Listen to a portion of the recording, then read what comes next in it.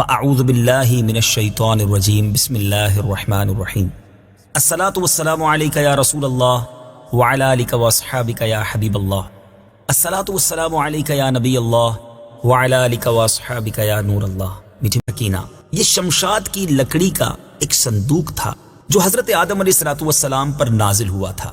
یہ آپ کی آخر زندگی تک آپ کے پاس ہی رہا، پھر بطور میراث یکے بعد دیگرے آپ کی اولاد کو ملتا رہا، یہاں تک کہ یہ حضرت یعقوب علیہ السلام کو ملا اور آپ کے بعد آپ کی اولاد بنی اسرائیل کے قبضے میں رہا، اور حضرت موسیٰ علیہ السلام کو مل گیا تو آپ اس میں تورات شریف اور اپنا خاص سامان رکھنے لگے۔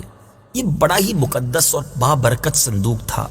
بنی اسرائیل جب کفار کے لشکروں کی کثرت اور شوکت دیکھ کر سہم جاتے تھے، ڈر جاتے تھے اور ان کے سینوں میں دل دھڑکنے لگتے تو وہ اس صندوق کو، اس باکس کو اپنے آگے رکھ لیتے، تو اس صندوق سے ایسی رحمتوں اور برکتوں کا ظہور ہوتا تھا کہ دلوں میں سکون و اطمینان کا سامان پیدا ہو جاتا تھا۔ لرزتے ہوئے دل پتھر کی چٹانوں سے زیادہ مضبوط ہو جاتے تھے، اور جس قدر صندوق آگے بڑھتا تھا آسمان سے نصر من اللہ و فتح قریب کی بشارت عظمی نازل ہوا کرتی اور فتح مبین حاصل ہو جایا کرتی تھی۔ جی ہاں، بنی اسرائیل میں جب کوئی اختلاف پیدا ہوتا تھا تو لوگ اسی صندوق سے فیصلہ کراتے تھے۔ صندوق سے فیصلے کی آواز اور فتح کی بشارت سنی جاتی تھی۔ بنی اسرائیل اس صندوق کو اپنے آگے رکھ کر اور اس کو وسیلہ بنا کر دعائیں مانگتے تھے تو ان کی دعائیں قبول ہوتی تھیں اور بلاؤں کی مصیبتیں اور وباؤں کی آفتیں ٹل جایا کرتی تھیں۔ الغرض یہ صندوق بنی اسرائیل کے لیے تابوت سکینہ یعنی برکت و رحمت کا خزینہ اور نصرت خداوندی کے نزول کا نہایت مقدس اور بہترین ذریعہ تھا۔ مگر جب بنی اسرائیل طرح طرح کے گناہوں میں ملوث ہو گئے اور ان لوگوں میں عصیاں کی یعنی گناہوں کی سرکشی کا دورہ ہو گیا تو ان کی بدعمالیوں کی نحوست کی وجہ سے اللہ عز و جل کی طرف سے یہ غضب نازل ہوا کہ قوم عمالقہ کے کفار نے ایک لشکر جرار کے ساتھ ان لوگوں پر حملہ کر دیا۔ ان غیر مسلموں نے بنی اسرائیل کا قتل عام کر کے ان کی بستیوں کو تاخت و تاراج کر ڈالا، عمارتوں کو توڑ پھوڑ کر تہس نہس کر ڈالا اور اس متبرک صندوق کو بھی اٹھا کر لے گئے۔ اس مقدس تبرک کو نجاستوں کے کوڑے خانے میں پھینک دیا۔ لیکن اس بے ادبی کا قوم عمالقہ پر یہ وبال پڑا کہ یہ لوگ طرح طرح کی بلاؤں اور بیماریوں کے ہجوم میں جھنجھوڑ دیے گئے۔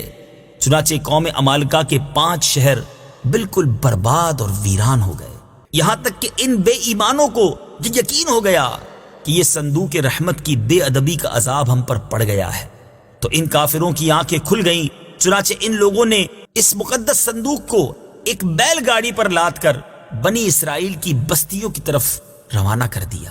پھر اللہ تعالیٰ نے 4 فرشتوں کو مقرر فرما دیا جو اس مبارک صندوق کو بنی اسرائیل کے نبی حضرت شمویل علیہ السلام کی خدمت میں لائے۔ اس طرح پھر بنی اسرائیل کی کھوئی ہوئی نعمت دوبارہ ان کو مل گئی، اور یہ صندوق ٹھیک اس وقت حضرت شمویل کے پاس پہنچا جبکہ حضرت شمویل علیہ السلام نے طالوت کو بادشاہ بنایا تھا، اور بنی اسرائیل طالوت کی بادشاہی تسلیم کرنے پر تیار نہیں تھے، اور یہی شرط ٹھہری تھی کہ مقدس صندوق آ جائے تو ہم طالوت کی بادشاہی تسلیم کر لیں گے۔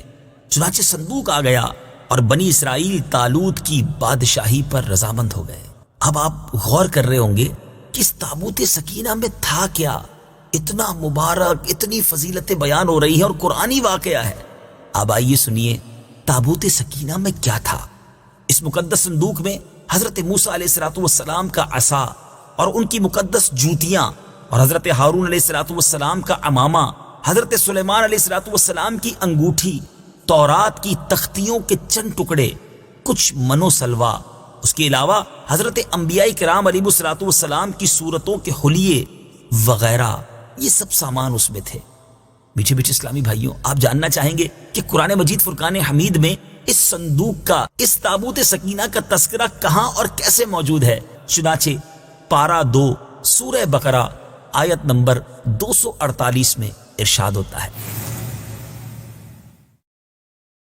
وقال لهم نبيهم إن آية ملكه أن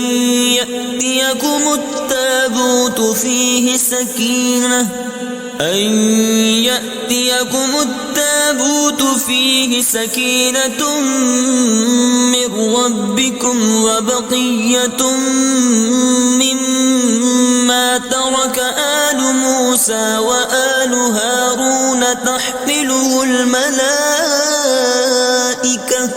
إن في ذلك لآية لكم إن كنتم مؤمنين۔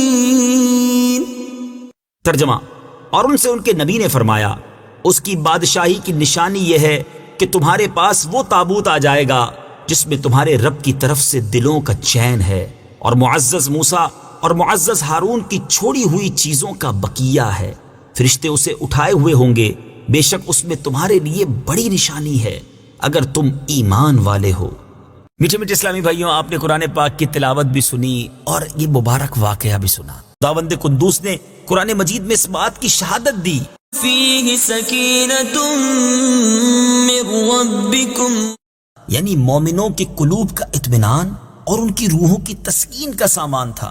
مطلب یہ کہ اس پر رحمت الہی کے انوار و برکات کا نزول اور اس پر رحمتوں کی بارش ہوا کرتی تھی۔ تو معلوم ہوا کہ بزرگوں کے تبرکات جہاں اور جس جگہ بھی ہوں گے، ضرور ان پر رحمت خداوندی کا نزول ہوگا، اور اس پر نازل ہونے والی رحمتوں اور برکتوں سے مومنین کو سکون قلب اور اطمینان روح کے فیوز و برکات ملتے